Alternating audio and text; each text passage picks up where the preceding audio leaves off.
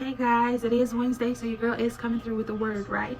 So I was reading my Bible today and I realized that it is something important that we should talk about, the importance of why every decision we make matters, right? Why it's important to be honest today, right now, why it's important to do the right thing right now, you know what I'm saying? So you won't have to reap what comes along with those decisions later, right? And I know many of you are probably familiar with Tamar and what happened to her, but for those of you who are not, I'm going to go through the story with you. Tamar was David's daughter, right? King David. Her and Absalom shared both mother and father. They were the only ones who I believe shared both mother and father, right? Amnon was her half-brother, and he was obsessed with her. I mean, he was so in love with her, all he did was think about her, to the point it made him sick. Literally just moping around. Oh, I just wanted her, just lusting and just loathing over her, just wanted her so bad, right? And then he has this friend, I can't think of the friend's name right now.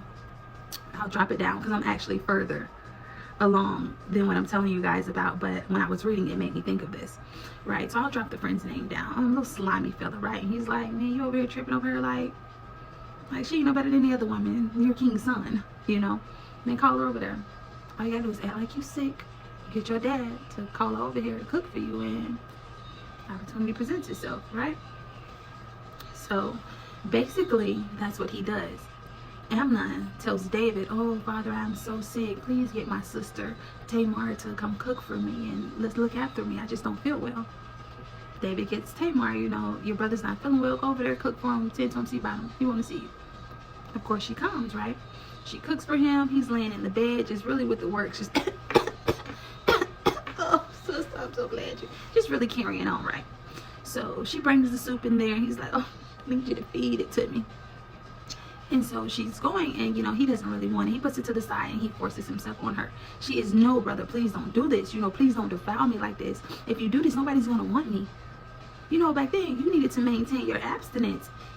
Nobody's going to want me if you do this to me. You know what I mean? He didn't care. He took advantage of her. He raped her. And what makes matters worse, after this, he didn't try to marry her. He didn't try to make an honest woman out of her. He got mad at her for crying after he raped her and put her out of his house. Mad, like, you can get out. Now, before I go on, I want to talk about the importance of someone really loving you and just desiring you. He didn't love her. If he loved her, he would have never raped her. He would never take advantage of her, and after the fact, treated her like scum on the street. You know what I'm saying? There's so many men who just desire women and they don't love them. They will chase you for years and years and years, just sitting back, trying to watch everything about you, just to the point where they get sick, and when they get you, they treat you what they do. They treat you any kind of way because they weren't in love with you. They desired you. They saw you, and it was something about you that they desired, and it drove them crazy that they couldn't have you in the way that they desired you. And once they get that, that's what happens. Because to sit up here and say he was so in love with her, it made him sick. And then to turn and rape her, get mad when she weeps and throws her out like garbage. That's not love, baby. That's not love. Desire is a scary thing. So she goes to her brother Absalom. And he immediately takes her in. Oh my God, did Amnon do this to you? Did he defile you like this? Now mind you, this is his full sister, mama and daddy, so the connection probably a little bit better than it is back then. A lot of people do that, oh, that's my half, that's my step. I didn't grow up like that. But a lot of people did. And the love just isn't there as it should be, as if blood is blood. You know what I mean? But oh, sorry, I just noticed when I said that it get a little deep, but I ain't gonna go down that road. We'll talk about that later, Lord.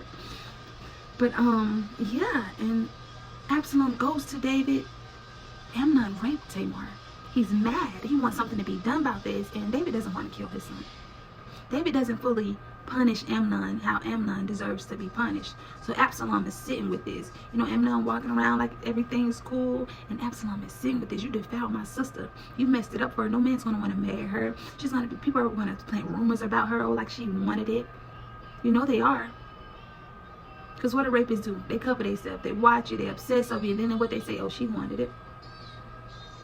Anyways, so yeah, Absalom's furious about this, and to the point where he's ready to his brother, like, I can't take it no more. You sitting around here like you didn't do what you did, and nothing's being done about it. So he plans like an ambush, a situation where they can get his brother alone and stick him up. You know what I mean? You get him. here's where it gets even more juicy. So you know how the gossipers are. It get back to David that Absalom done went crazy and killed all his sons. David's weeping and he's mourning. And could you imagine as a parent thinking this, like, Lord, where did I go wrong? Lord, I didn't want to kill him. That's my son. I'm not saying that what he did to my daughter was right, but what does a father do? What does a father do? And now my other son has killed off. Oh, Lord, you know, he's broken, y'all. But that wasn't true. That wasn't true. You know, when someone comes to him like, why are you weeping all of your sons? Why are you mourning all your sons aren't dead? Absalom, it was just Amnon who was gone. Absalom has, you know, did what he did. And, you know, that just lets you know about telephone. Boy, people will take something and run with it, right? You whisper something, by the time it get back to you, it's nowhere near what you said. That's why gossip is terrible. But, yeah, so Absalom runs, he flees, you know, because mind you, he had to carry this weight on him of what's been done to his sister for a while. So surely my dad don't care about us. My dad don't care about us like that. He loved my brother more than anybody. He sit up here and let him do this and don't do nothing about it. You know, so he's gone for a while. So we got one son who's feeling like a dad don't love him at all, don't care nothing about him, he disappears.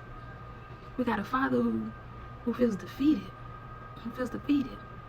Because why did this have to happen in my house? Lord, why did this have to happen in my house? He's mourning Absalom. Absalom who thinks my father doesn't care anything about me. Your father's sitting here mourning you. And his brother Joab is finally tired of it. Like, I'm tired of seeing daddy walk around here looking like a sad puppy. So, you know, Joab's trying to figure out, dang, how can I get my brother back? You know, because although David is mourning him, he's still standing on business. Like, you killed your brother. You know, yeah, he wronged Tamar, but she's still here with us, which is terrible way of thinking. But I can imagine being in that position, like I say, whatever. So, you know, Joab gets this wise woman, I'll drop her name down, to go talk to David, because sometimes your parents got to hear from somebody that they trust, you know. And she put a scenario in, you know, like, help me with my two sons are going through You know, she make a scenario, and then she go, you know, at the end, you know, you got to be a king who practice what you preach. How are you so easy to help out the world and be here for the world, but you won't do the same thing for your sons? Let your son come home. And so many parents know what that's like, right? You're so much of a lover and a helper that you're always doing this for that person, doing this for that person, and forget you're neglecting your own house. You're neglecting your own house. So, yeah. Anyways, Absalom gets back.